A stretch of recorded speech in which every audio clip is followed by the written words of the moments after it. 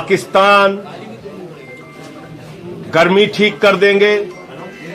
ये कोई चौराहे के गुंडे का चुनाव हो रहा है या उत्तर प्रदेश के विधानसभा का चुनाव हो रहा है?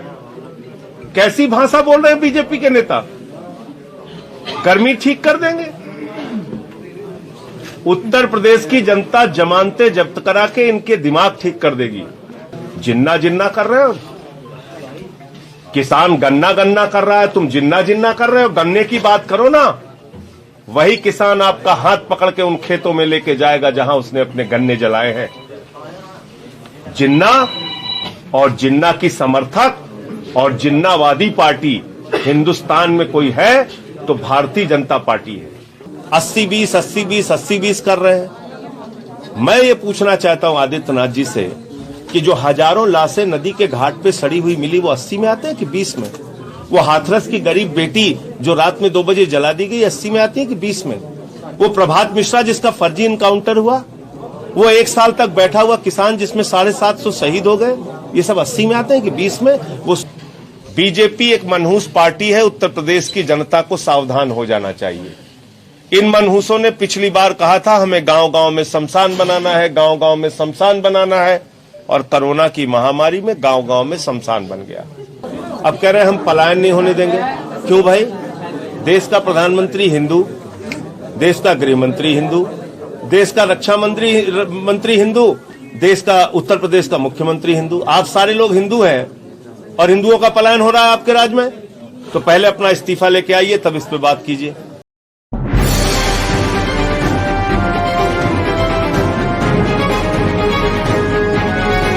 एमएसपी की गारंटी के लिए बजट का आवंटन नहीं। इस बजट के अंदर कर्मचारियों के लिए टैक्स में कोई छूट नहीं, जबकि उद्योगपतियों के लिए टैक्स की छूट। इस बजट के अंदर 400 वंदे भारत चलाने की योजना सरकार लेकर आई है। यह वंदे भारत क्या है? पूंजीपतियों से खरीदे जाने वाली ट्रेन। तो नाम तो है वंदे भारत, लेकिन मोदी जी कर रहे हैं धंधे भारत। ये धंधे भारत कर रहे हैं इसमें। तो ये कुल मिलाकर इस देश के आम आदमी को निराश करने वाला बजट है। 60 लाख नौकरियां देने का दावा कर रही है सरकार। अब आप मुझे बताइए कि अगर ये सरकार 2 करोड़ रोजगार देने का वादा करके आई थी, तो पहली बात तो ये कि 7 साल बाद अब तुम 60 लाख पे पहुंच गए। तो पहले झूठ बोला, अब महा झूठ बोल रहे हो। तुम्हारी बात पे भरोसा कैसे होगा? कोरोना की महामारी से पीड़ित जनता इंतजार कर रही थी कि बड़ी राहत भाजपा की सरकार के द्वारा दी जाएगी, लेकिन न मोदी जी आम आदमी की सुनने वाले हैं, न योगी जी आम आदमी की सुनने वाले हैं। भारतीय जनता पार्टी सिर्फ और सिर्फ पूंजीपतियों और उद्योगपतियों के पक्ष में खड़ी रहने वाली पार्टी है, और उसने लगातार इस कोरोना की महामारी में भी चंद पूंजीपतियों की आमदनी हजारों गुना बढ़ाई है। अपने बेटों की चिंता इनको है, इस देश के गरीब किसान के बेटे की चिंता नहीं है। अमित शाह के बेटे जय शाह की संपत्ति कैसे बढ़ेगी, उस बात की चिंता जरूर है। और दूसरी बात, आज मैं फिर सुन रहा था कि भारतीय जनता पार्टी के कद्दावर नेता और उत्तर प्रदेश के मुख्यमंत्री फिर से कब्रिस्तान और शमशान पे आ गए। और मैं इसीलिए भारतीय जनता पार्टी को मनहूस पार्टी कहता हूं। बीजेपी एक मनहूस पार्टी है। उत्तर प्रदेश की जनता को सावधान हो जाना चाहिए। इन मनहूसों ने पिछली बार कहा था हमें गांव गांव में शमशान बनाना है, गांव गांव में शमशान बनाना है, और कोरोना की महामारी में गांव गांव में शमशान बन गया। फिर से शमशान और कब्रिस्तान की बात इन्होंने शुरू कर दी है। कहीं ऐसा ना हो कि उत्तर प्रदेश में फिर वही परिस्थितियां पैदा हो। इसलिए भारतीय जनता पार्टी की जमानतें जब्त कराने की जरूरत है। एक ऐसी सरकार आदित्यनाथ जी की चल रही है जिसने 5 वर्षों में काम क्या किया, ये बताने के लिए उनके पास कुछ नहीं है। कुछ भी नहीं कि 5 वर्षों में क्या किया। वो क्या बता रहे हैं? जिन्ना, पाकिस्तान, गर्मी ठीक कर देंगे। ये कोई चौराहे के गुंडे का चुनाव हो रहा है या उत्तर प्रदेश के विधानसभा का चुनाव हो रहा है? कैसी भाषा बोल रहे हैं बीजेपी के नेता? गर्मी ठीक कर देंगे। उत्तर प्रदेश की जनता जमानतें जब्त करा के इनके दिमाग ठीक कर देगी। जो इनके दिमाग पर सत्ता का अहंकार और भूत सवार है, झाड़ू से इनका भूत उतारेगी जनता। आम आदमी पार्टी के पक्ष में लोग वोट करेंगे। पाकिस्तान हमारा दुश्मन देश है, ये आज से नहीं 75 साल से हमको पता है। लेकिन उस दुश्मन देश के प्रधानमंत्री नवाज शरीफ के बर्थडे का केक काटने बगैर बुलाए मोदी जी क्यों गए थे? भाजपा को इसका जवाब देना चाहिए और पूरे देश से इसके लिए माफी मांगनी चाहिए। उस दुश्मन देश के प्रधानमंत्री नवाज शरीफ को बुलाकर अपने शपथ ग्रहण समारोह में सम्मानित क्यों किया था? भारत के पहले प्रधानमंत्री है मोदी जी, जिन्होंने पाकिस्तान के प्रधानमंत्री को अपने शपथ ग्रहण समारोह में बुलाया। माफी मांगे बीजेपी। और तो और पठानकोट में मैं गया था, हमारे जवानों की शहादत हुई थी। लेकिन जो पाकिस्तान की खुफिया एजेंसी आईएसआई हिंदुस्तान में आतंकवाद को बढ़ावा देती है, उस आईएसआई को बुला के हमारे शहीदों की जांच कराई मोदी जी ने। देश से माफी मांगनी चाहिए भारतीय जनता पार्टी को। जिन्ना जिन्ना कर रहे हो, किसान गन्ना गन्ना कर रहा है, तुम जिन्ना जिन्ना कर रहे हो। गन्ने की बात करो ना, वही किसान आपका हाथ पकड़ के उन खेतों में लेके जाएगा जहां उसने अपने गन्ने जलाए हैं। जिन्ना और जिन्ना की समर्थक और जिन्नावादी पार्टी हिंदुस्तान में कोई है तो भारतीय जनता पार्टी है। आजादी के पहले 3 राज्यों में सरकार मुस्लिम लीग और हिंदू महासभा ने सावरकर और श्यामा प्रसाद मुखर्जी ने मिलकर बनाई थी। ये रिकॉर्ड आप सब पत्रकार बंधुओं को जानना चाहिए कि जिन्ना और श्यामा प्रसाद मुखर्जी और वीर सावरकर एक साथ मिलकर 3 राज्यों में इन्होंने सरकार बनाई थी, West Bengal, North West Frontier और सिंध प्रांत। नंबर 1। दूसरी बात, आजादी के बाद जिन्ना को सबसे ज्यादा मान्यता किसने दी? आडवाणी जी गए थे उनके कब्र पे मत्था टेकने। सेकुलर किसने कहा जिन्ना को? विदेश मंत्री जसवंत सिंह ने अपनी किताब में सुंदर शब्दों में लिखा है, मोहम्मद अली जिन्ना धर्मनिरपेक्षता। तो जिन्ना को मान्यता देते हो तुम लोग और चुनाव में जिन्ना जिन्ना कर रहे हो। यहां किसान गन्ना गन्ना कर रहा है, उसके गन्ने का दाम उसको कैसे मिलेगा? उसके फसल का दाम उसको कैसे मिलेगा? अभी टीवी चैनल ने, तमाम लोगों ने इंटरव्यू किया है किस तरीके से गन्ना किसानों का भुगतान आज तक नहीं हुआ। आज मैं मेरठ में हूं, व्यापारियों का गढ़ है मेरठ। मनीष गुप्ता की जिस तरह से निर्मम हत्या की गई, क्या मेरठ का व्यापारी भूल सकता है? होटल से निकालकर पीट पीट के मार डाला गोरखपुर में, जो मुख्यमंत्री का गृह जनपद है। क्या भूल सकते हैं लोग इंद्रकांत त्रिपाठी की हत्या? एसएसपी रंगदारी मांग रहा है व्यापारी से, कह रहा 7 लाख रुपए पहुंचा देना। जब वो व्यापारी बेचारा 7 लाख रुपए रंगदारी नहीं पहुंचाता तो उसकी पीट पीट के हत्या कर दी जाती है। मैं पूछना चाहता हूं, कहां है पाटीदार एसएसपी? उत्तर प्रदेश ऐसा राज्य बन गया आदित्यनाथ जी के राज में, जहां पर दरोगा फरार हो जाता है, एसएसपी फरार हो जाता है, सिपाही फरार हो जाता है। हमने सुना था गुंडे फरार, चोर फरार, माफिया फरार, डकैत फरार।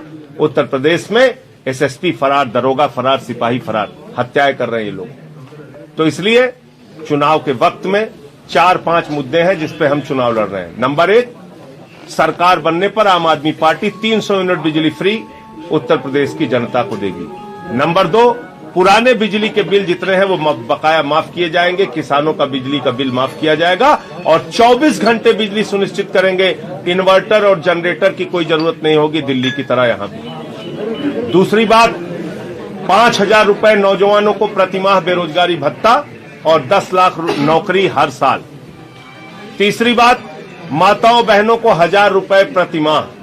चौथी बात, शिक्षा और स्वास्थ्य, ये हमारी प्राथमिक जरूरतें हैं। शिक्षा और स्वास्थ्य का बजट दिल्ली की तरह 25% और 14%, यानी 25% शिक्षा पर, 14% स्वास्थ्य पर, ये बजट हम लोग उत्तर प्रदेश के अंदर रखेंगे। ये हमारी प्राथमिकताओं में है। हम उत्तर प्रदेश के बच्चों को सरकारी स्कूलों में नमक रोटी नहीं खाने देंगे।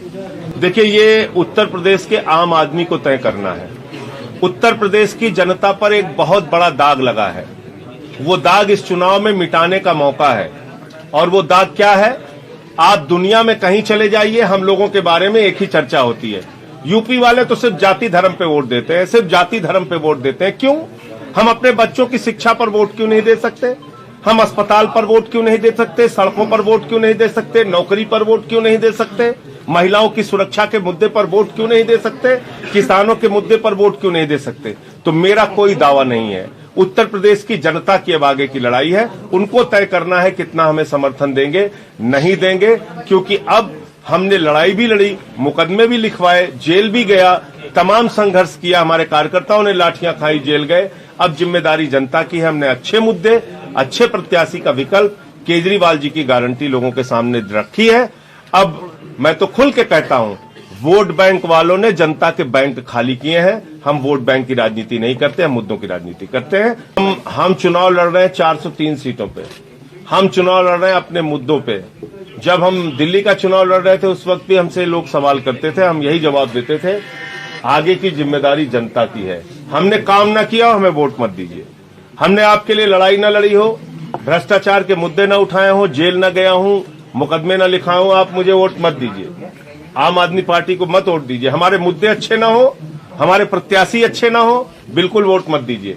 लेकिन जब हमने आपके सामने एक अच्छा विकल्प रखा है तो मैं तो जनता से ये कहना चाहता हूं, गुंडे माफिया अगर चुनाव जीत के जाएंगे तो अच्छी राजनीति की उम्मीद नहीं की जा सकती। तो हमसे ये पूछा जाता है कि हम किसके वोट में बंटवारा करेंगे और हमारे लड़ने से कहीं बीजेपी तो नहीं जीत जाएगी। दोनों बातों का मैं जवाब दे रहा हूं। पहली बात तो आम आदमी पार्टी का रिकॉर्ड उठा के देख लीजिए। दिल्ली हम लड़े, 3 बार बीजेपी हारी। पंजाब हम लड़े, अकाली दल बीजेपी हारी। गोवा हम लड़े, बीजेपी हारी। कर्नाटक हम लड़े, बीजेपी हारी। मध्य प्रदेश हम लड़े, बीजेपी हारी। छत्तीसगढ़ हम लड़े, बीजेपी हारी। राजस्थान हम लड़े, बीजेपी हारी। यूपी भी लड़ रहे, बीजेपी हारेगी। गोवा में इन्होंने तिकड़म करके वहां सरकार बना ली, कर्नाटक में तिकड़म करके वहां सरकार बना ली। अब जनता के सामने सारी तस्वीर खुली हुई है और मैं ऐसा मानता हूं कि भारतीय जनता पार्टी के मतदाता मूर्ख नहीं है। वो भी महंगाई से पीड़ित है, वो भी भ्रष्टाचार से पीड़ित है। उन लोगों ने भी जिनको वोट दिया, जो बीजेपी को वोट दिया, उनको मवाली कहा गया, उनको खालिस्तानी कहा गया, उनको पाकिस्तानी कहा गया, क्या क्या नहीं कहा गया। जिस प्रदेश के अंदर देश के गृह राज्य मंत्री की गाड़ी से 4 किसान, 1 पत्रकार कुचल के मार दिया जाए, लोगों को समझाने की आवश्यकता है। इसलिए बीजेपी का भी जो समर्थक था वो बड़ा वर्ग टूटा है और आम आदमी पार्टी को वोट देगा, ऐसा मेरा विश्वास है। देखिए, भाजपा के प्रचार तंत्र में उनका आईटी सेल है, बहुत बड़ा रोल प्ले करता है। व्हाट्सएप के ग्रुप हैं, उनके सोशल मीडिया है। उससे लड़ने के लिए आज की तारीख में मैं ज्यादा बड़ी बात तो नहीं कहता, लेकिन सबसे मजबूत अगर किसी के पास संगठन है तो वो आम आदमी पार्टी के पास है। एक बात। दूसरी बात, प्रचार तंत्र और अफवाह तंत्र इसी पश्चिमी उत्तर प्रदेश में 2017 में कितना काम कर रहा था और 2022 में कितना काम कर रहा है, इसका अनुभव आप मुझसे बेहतर कर सकते हैं। जो कुछ देखने और सुनने में आ रहा है चारों तरफ से, जनता बुरी तरीके से नाराज है। जिन बीजेपी के नेताओं को माला पहना के लोग स्वागत करते थे, आज जूते की माला लेके दौड़ा रहे हैं गांव-गांव में।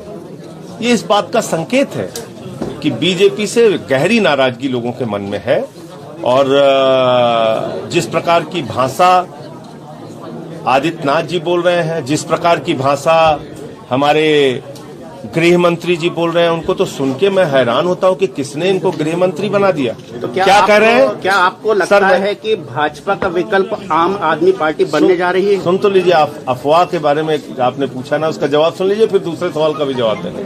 क्या बोला गृह मंत्री जी ने? कहने लगे, साहब जाटों से हमारा रिश्ता 650 साल पुराना है। तो मैं तो पूछना चाहता हूं गृह मंत्री जी से कि भाई 650 साल पहले भारतीय जनता पार्टी का नाम क्या था, ये बता दो। दूसरी बात क्या कहा उन्होंने? जाटों ने भी मुगलों से लड़ाई लड़ी, हम भी मुगल से लड़ाई लड़ रहे हैं। तो मेरा यह कहना है कि अंतिम मुगल बादशाह हिंदुस्तान में हुए बहादुर शाह जफर जी, जिनके साथ शहीद मंगल पांडे और तमाम क्रांतिकारी शामिल हुए, उनके 2 बेटों का सर काट दिया गया। तो वो तो रंगून में उनकी कब्र बनी हुई है, उनकी मजार है, वहां से उनको निकाल के उनसे लड़ रहे हो तो बता दीजिए। या मोदी जी को मुगल कह रहे हैं अमित शाह, तो बता दीजिए, क्योंकि मुगल तो चले गए हिंदुस्तान से और अंतिम जो बादशाह थे उनके नेतृत्व में लड़ाई लड़ी गई आजादी के आंदोलन की। तो मुगल किसको कहा उन्होंने? एक बात। दूसरी बात 80-20, 80-20, 80-20 कर रहे हैं।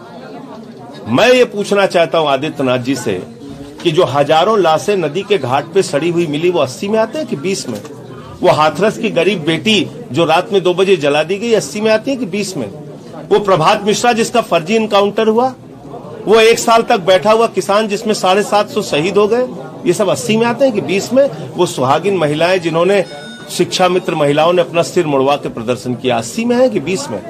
इसलिए इनकी सारी नकली बातों को प्रदेश की जनता पहचान चुकी है और इस बार मुझे ऐसा लगता है कि इनके अफवाह तंत्र में कोई फंसने वाला नहीं है। जब एक पार्टी मुद्दा विहीन है तो वो जाति और धार्मिक रंग में चुनाव लड़ना चाहती है, उसका नाम है बीजेपी। उत्तर प्रदेश की जनता और खासतौर से पश्चिमी उत्तर प्रदेश की जनता इस बार जिस तरीके से इनको दौड़ा रही है गांव-गांव में, मुझे लगता है कि लोग सावधान हो गए। ये मुजफ्फरनगर जाए या कैराना जाए या जहां भी जाए, लोग इनसे सावधान हो गए। बताइए, अब कह रहे हैं हम पलायन नहीं होने देंगे।